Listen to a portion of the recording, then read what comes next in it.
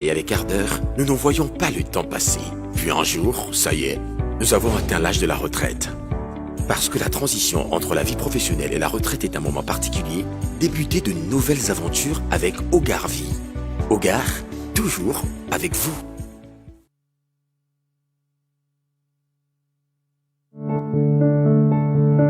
Toi, une go que j'ai fabriquée, tu peux me parler? Tu es bête. Tu es nulle. La place de la femme, c'est à la cuisine. Arrête de jouer à la fille difficile. On sait que tu couches déjà. Une femme enceinte, ça ralentit le travail.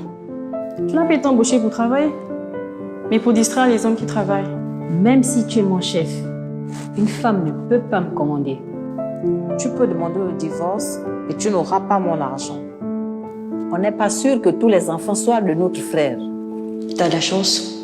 Je sais rentrer dans ta que tu es vie. une fille facile. Voulez-vous travailler?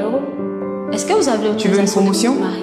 Il va falloir être gentil Qu'est-ce avec qu'une moi. femme peut m'apprendre sur mon métier?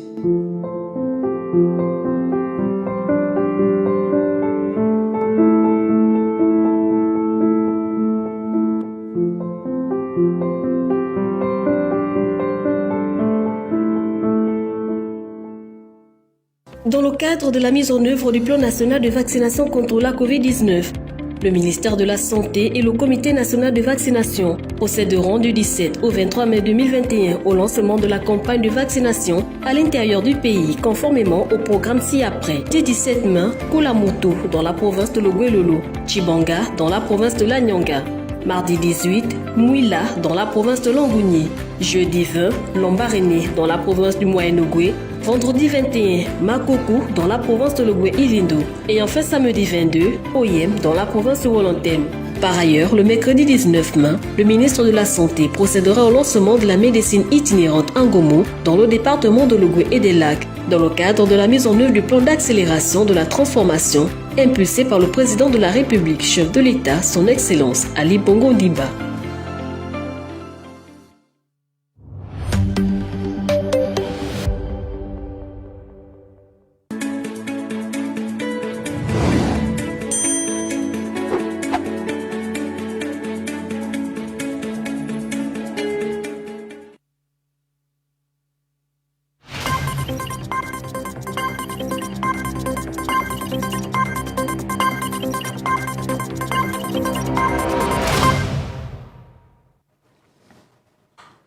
Place à la grande édition du soir sur Gabon 24. Soyez les bienvenus, voici le sommaire.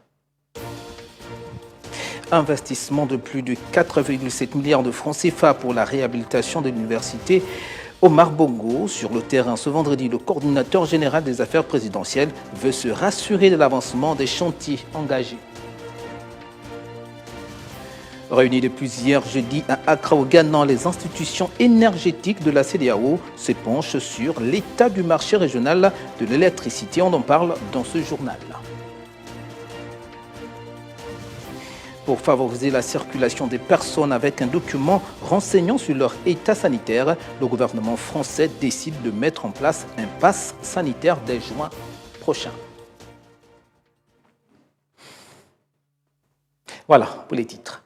Ouvrons ce journal avec notre page Afrique, d'abord au Gabon et cette visite du coordinateur général des affaires présidentielles. Ce vendredi, Nordine Bongo Valentin a visité le chantier de réhabilitation de l'université Omar Bongo. Retour sur cette actualité avec nos confrères de la communication présidentielle. Voir de visu, toucher du doigt, s'imprégner de la réalité des travaux au plus près, c'est toute la quintessence de la visite du coordinateur général des affaires présidentielles à l'UOB ce vendredi matin. Ces travaux représentent pour nous un espoir d'un lendemain meilleur. C'est d'autant plus que ces pavillons étaient abandonnés depuis 2014. C'est un sentiment de joie qui se dégage déjà, mais nous attendons que les travaux aillent à leur terme. C'est un geste fort des plus hautes autorités quant à la réhabilitation de l'université Omar Bongo, particulièrement au plan infrastructurel, pour le renforcement naturellement des capacités d'accueil, mais également pour la réhabilitation de la cité universitaire, ce qui va permettre d'ailleurs à nos étudiants d'être logés et de réinvestir justement le campus. Réhabilitation des amphithéâtres, réfection de la bibliothèque, du campus universitaire et des structures académiques. L'effort de développement ici est concret. L'Université Omar Bongo, c'est près de 35 000 étudiants, c'est près de 600 enseignants et de 400 personnels administratifs, donc c'est toute une ville. Vous comprendrez aisément que depuis quelques années, il n'y a pas eu d'investissement. Donc c'est avec un soulagement que nous accueillons donc ces travaux. Il y a une réalité de réhabilitation visible qui laisse penser, d'après donc les entreprises, que dans 2-3 mois, ce sera la totalité des édifices, à la fois pédagogiques, la cité universitaire, la voirie, qui seront entièrement réhabilités. Au contact des étudiants et des ouvriers à pied d'œuvre, au cœur même de ce vaste processus de rénovation, plus d'une heure durant, le coordinateur général des affaires présidentielles a fait le tour de cette université fondée en 1970 pour avoir une idée bien précise du chantier en phase d'exécution. La première tranche des travaux, c'est-à-dire qui a concerné la réhabilitation de 3 amphithéâtres, s'élevait à 1,5 milliard. Avec tout ce qui a été entrepris, c'est 3 milliards de plus. Ça veut dire que nous sommes environ à 5 milliards engagés pour la première et la deuxième phase de réhabilitation. Mais évidemment, à cette réhabilitation, il faut ajouter celle qui va commencer notamment à l'Université des sciences et techniques de Massoukou, dans les prochaines semaines. Le plus grand temple du savoir au Gabon fait donc sa mue. Les travaux financés par l'État gabonais font partie intégrante d'un vaste projet de réhabilitation des universités et grandes écoles du Gabon. Il faut se féliciter justement des efforts qui sont consentis par les plus hautes autorités pour rassurer sur le bon fonctionnement de l'année académique et la rénovation des établissements d'enseignement supérieur, surtout les universités, qui méritaient véritablement une réhabilitation. Et c'est une très bonne chose qu'il y ait un engagement franc, direct de plus hautes autorités sur cette question. Et nous tenons véritablement à remercier Monsieur le coordonnateur général pour son implication personnelle dans cette dynamique de réhabilitation. En arrivant sur ce chantier, le coordinateur général des affaires présidentielles est venu apporter son soutien à l'effort de renouvellement de l'infrastructure universitaire pour l'épanouissement des étudiants et l'avenir de ces forces vives du Gabon de demain. Et puisqu'on parle d'éducation, l'Agence nationale des bourses et stages du Gabon a communiqué ce vendredi sur la nouvelle procédure de demande de bourse. Une procédure qui inclut aussi bien les étudiants non boursiers que ceux boursiers et les bacheliers ayant obtenu leur baccalauréat au Gabon comme à l'étranger. Inaningon et Lexinia. Cette procédure concerne de prime abord les futurs bacheliers, car à compter de cette année académique, ce n'est qu'après l'obtention du précis sésame qu'ils pourront émettre une demande de bourse d'études auprès de l'ANBG. Nous avons 2 blocs. Nous avons les bacheliers du Gabon. Ils ont une procédure. Ils vont sur la plateforme et ils vont cliquer sur « Je suis bachelier 2021 au Gabon » et ils vont poursuivre la création. La demande de bourse se fera à la suite de la validation du compte.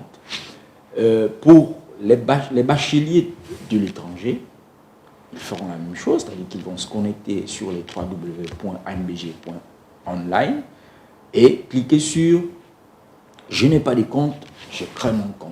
C'est exclusivement en ligne que se font les demandes via la plateforme de bourse de l'ANBG. Selon le profil de chaque demandeur de bourse, il existe un canevas bien spécifique.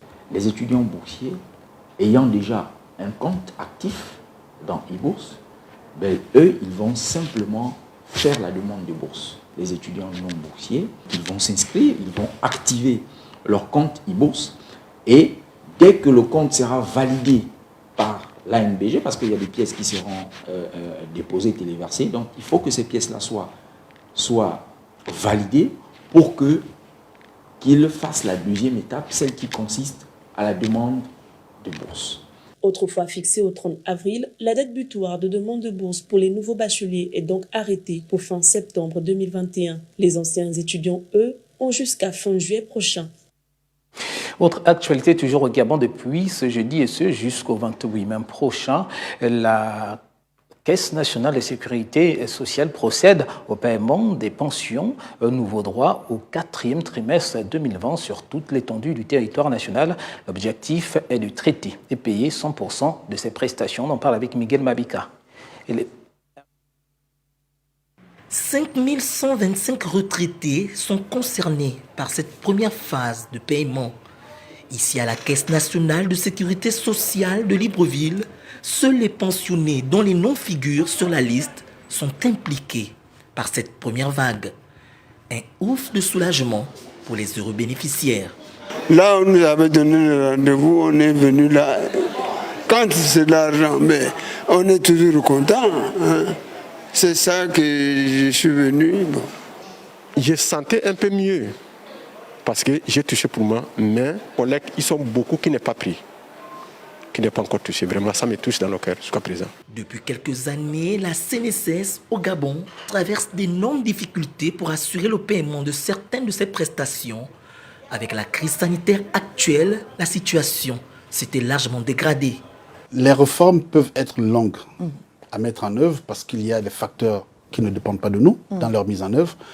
Mais il y a certaines petites réformes internes, comme le grade des retraités que nous sommes en train de payer depuis le 20.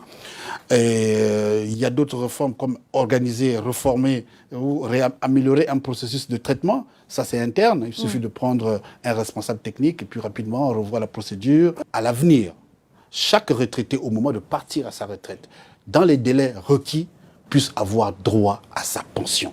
La Caisse nationale de sécurité sociale rassure les pensionnés dont les documents sont en cours de traitement qu'elle fait de son mieux pour un paiement diligent. Et à un peu plus de 34 km de Libreville, la campagne de lutte contre la corruption se poursuit dans sa deuxième phase axée sur les collectivités locales et le secteur privé. Ce vendredi, le ministre de la promotion de la bonne gouvernance et de la lutte contre la corruption s'est rendu dans la commune d'Ontouma pour la sensibilisation. Nina Guelmaranga, Albambomba. Sans indexer un quelconque agent de l'administration publique, le ministre Francis Nkea a égrené les faits pouvant intégrer le registre de corruption passive ou active. Il s'agit entre autres de la vente illicite des parcelles de terre relevant du domaine public et du manque de la traçabilité dans le reversement des taxes au trésor public. La ville de Ntoum regorge de plusieurs foyers de corruption. Face à cette situation, le gouvernement est déterminé à mettre en place une politique de tolérance zéro. En créant tout récemment la NAVEA, c'est-à-dire l'autorité nationale d'audit et de vérification, le gouvernement a entendu se prémunir d'un organe gendarme qui va contrôler au quotidien vos mouvements financiers. Prenant à témoin la ministre déléguée au ministère de l'Éducation nationale, originaire de la localité, le maire de la commune d'Ontoum, le préfet et le président du conseil départemental ont dit être réceptifs aux messages transmis par le membre du gouvernement, tout en énumérant les difficultés auxquelles ils sont confrontés. Les principaux acteurs locaux ont été mobilisés, ils sont tous là, devant vous, pour vous écouter, mais surtout pour s'approprier votre message, pour le bien des populations qui leur ont fait confiance. La lutte contre la corruption repose sur certains piliers, à savoir la sensibilisation, le contrôle et la sanction. Afin de booster l'autonomisation des personnes handicapées du Gabon et leur permettre une meilleure insertion professionnelle, plusieurs entreprises mettent en place des politiques en leur faveur. C'est le cas de l'opérateur de téléphonie mobile Airtel Gabon qui, dans son rôle de partenaire social, a remis ce vendredi un don de matériel générateur de revenus au siège de l'Amicale des femmes handicapées. On en parle avec David Obola et Loïs Biyongo. Avec leur situation de handicap, plusieurs femmes, dont celles réunies autour de l'Amicale des femmes handicapées du Gabon, peinent à s'insérer professionnellement. Si la situation actuelle liée à la Covid-19 semble difficile pour tous, pour les personnes à mobilité réduite, elle est davantage compliquée. Et c'est dans ce cadre que l'opérateur de téléphonie mobile, Airtel, a remis ce jour à Libreville un don aux femmes vivant avec un handicap. On a pensé qu'est-ce qui peut être générateur de revenus ? Qu'est-ce qui peut être quelque chose qui peut créer une richesse continue? Qu'est-ce qui peut être là et peut être un support au quotidien? C'est donc dans ce sens que Airtel Gabon a offert dans un premier temps 10 kiosques, d'accord, avec un chèque d'une valeur de 3 millions de francs CFA. Ce matériel remis des mains de Michael Follet et Kamal Okba respectivement directeur régional d'RTL Afrique francophone et directeur général d'RTL Gabon, permettra à ces femmes d'être actives sur le terrain avec un programme déjà arrêté. Je vais faire travailler les femmes, c'est déjà un planning bien établi.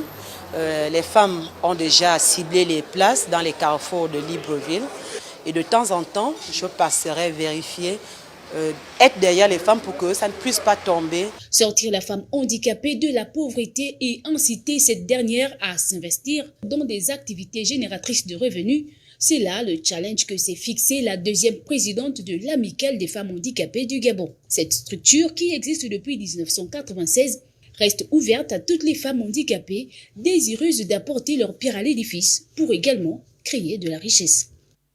Et après 48 heures de travaux, le séminaire sur l'économie bleue organisé du 20 au 21 mars s'est achevé ce vendredi. L'une des recommandations qui en ressort est de bien ancrer dans les consciences les opportunités qu'offre la mer du Gabon. On en parle avec Marie-Pascale Mouissi et Alex Signa.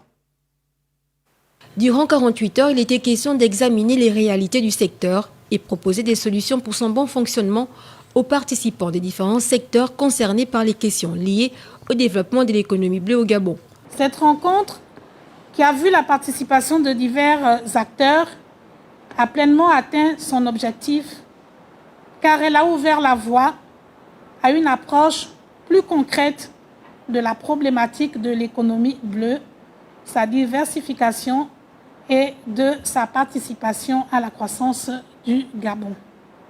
Nous l'espérons à terme à notre pays de passer réellement du statut d'un simple État côtier à celui d'un État maritime.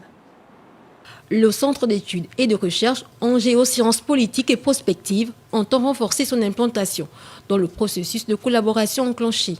À l'issue de cette rencontre, voici des recommandations des travaux effectués. Promouvoir une conscience maritime gabonaise par une appropriation mentale de la mer. S'atteler à la formation des Gabonais dans les différents domaines maritimes. Favoriser la mutualisation des compétences sous-régionales. Doter les ports gabonais d'un arrière-pays international. Favoriser le tourisme balnéaire. Doté d'une capacité de côte de 950 km et d'une zone économique maritime de 191 944 km², le Gabon a le potentiel nécessaire de pouvoir jouir de l'exploitation de son espace maritime et ainsi favoriser la diversification de ses ressources à travers l'économie bleue.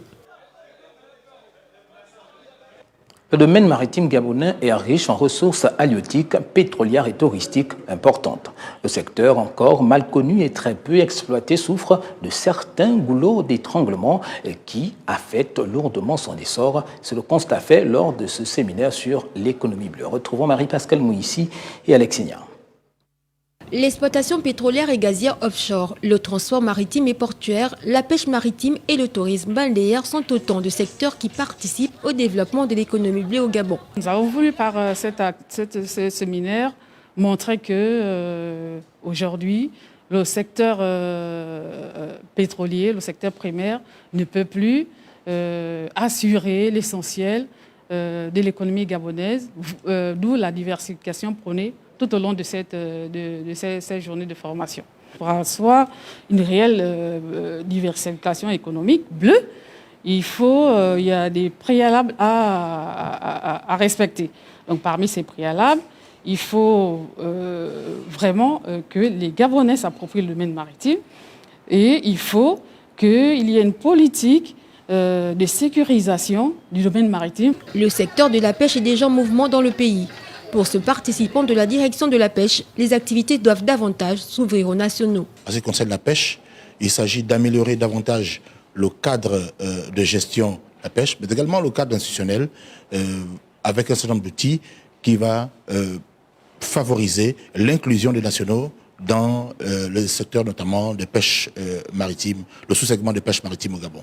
Très engagé dans la protection des ressources, le Gabon a mis en place plusieurs cadres pour réguler l'exploitation de son espace maritime qui malheureusement est encore au regard de la part des activités très peu valorisées. Et puis ce constat, il devient fréquent de voir certains automobilistes avec leur téléphone portable au volant. Dangers et conséquences de cette pratique dans ce reportage de Sabrina Kundi Penda et Jospin Bombanyanga. Nous réalisons des campagnes à travers différents supports de communication. Panneaux d'affichage, émissions radio, spots audiovisuels à la télévision, l'usage des SMS par téléphone, ainsi que des campagnes spécifiques au bénéfice des professionnels du transport routier ou à l'endroit des élèves. Malgré les sensibilisations qui sont faites en ce qui concerne l'usage du téléphone portable au volant, les mauvaises habitudes ont la peau dure, même si certains se distinguent grâce à leur prise de conscience face aux dangers encourus. Quand vous êtes en contact avec quelqu'un, votre attention normalement est captée sur votre interlocuteur. Le téléphone peut faire de coin, le téléphone peut faire que toi-même tu coin.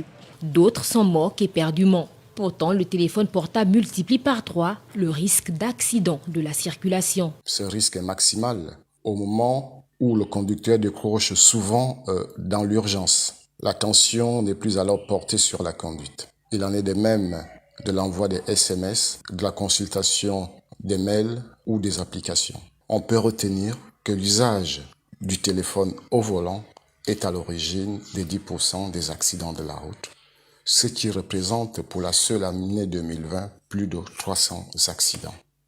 En ce qui concerne l'usage du téléphone portable au volant, la définition du cadre réglementaire et la réalisation des campagnes de sensibilisation sont les points autour desquels s'articule l'action générale de la sécurité routière du Gabon.